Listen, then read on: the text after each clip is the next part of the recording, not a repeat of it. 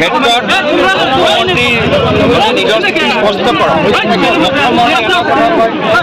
কেন্দ্ৰীয় মন্ত্ৰী বেলেগ এটা কথা তেওঁলোকৰ দুইমুখী নীতি স্পষ্ট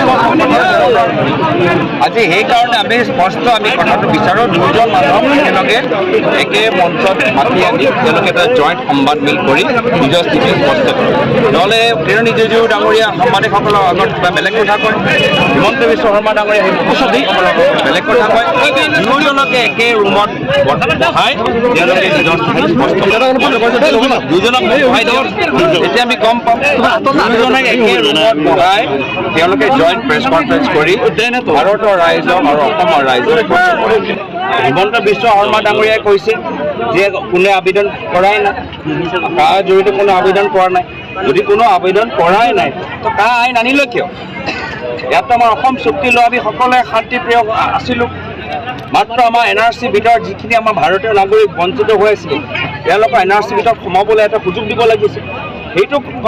সেইটো কাম নকৰি তেওঁলোকে কাৰ জৰিয়তে এটা বেলেগ এটা সংঘাতৰ এটা পৰিৱেশ সৃষ্টি কৰিলে তো সেইকাৰণে আমি কৈছোঁ যে এইখন বিজেপি চৰকাৰ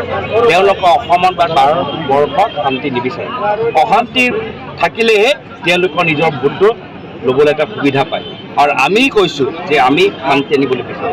আমি সমাধান আনিবলৈ বিচাৰোঁ NRCৰ জৰিয়তে সকলোৰ লগত আলোচনা কৰি আমি মানুহক NRC ভিতৰত সোমাবলৈ আমি প্ৰচেষ্টাটো আমি আৰম্ভ কৰিম আৰু আজিও যদি আমি কংগ্ৰেছ চৰকাৰ ঘূৰি আহে ভাৰতৰ ৰাইজে এটা শুদ্ধ NRC পাব চাওক এইটো নিৰ্বাচন গুৰুত্বপূৰ্ণ নিৰ্বাচন এই নিৰ্বাচনৰ জৰিয়তে আমি নিজৰ গণতন্ত্ৰ ৰক্ষা কৰিবলৈ আমি বিচাৰোঁ আৰু এই ধুবুৰী লোকসভা নিৰ্বাচন এটা বিশেষ গুৰুত্বপূৰ্ণ যে যেতিয়া আমি ধুবুৰীত কংগ্ৰেছ দলে জিকিব সমগ্ৰ অসমত এটা ৰাজনৈতিক ভূমিকম্পৰ সৃষ্টি হ'ব যাৰ প্ৰভাৱ মাত্ৰ ধুবুৰীলৈকে সীমিত নাথাকে দিছপুৰলৈকে ইয়াৰ প্ৰভাৱ পৰিব ধুবুৰীত আমি AIDF দলক পৰাজিত কৰিলে মানে আজিৰ পৰা 2 বছৰ পিছত দিছপুৰত আমাৰ বিৰোধী ঐক্য মঞ্চৰ কংগ্ৰেছৰ নেতৃত্ব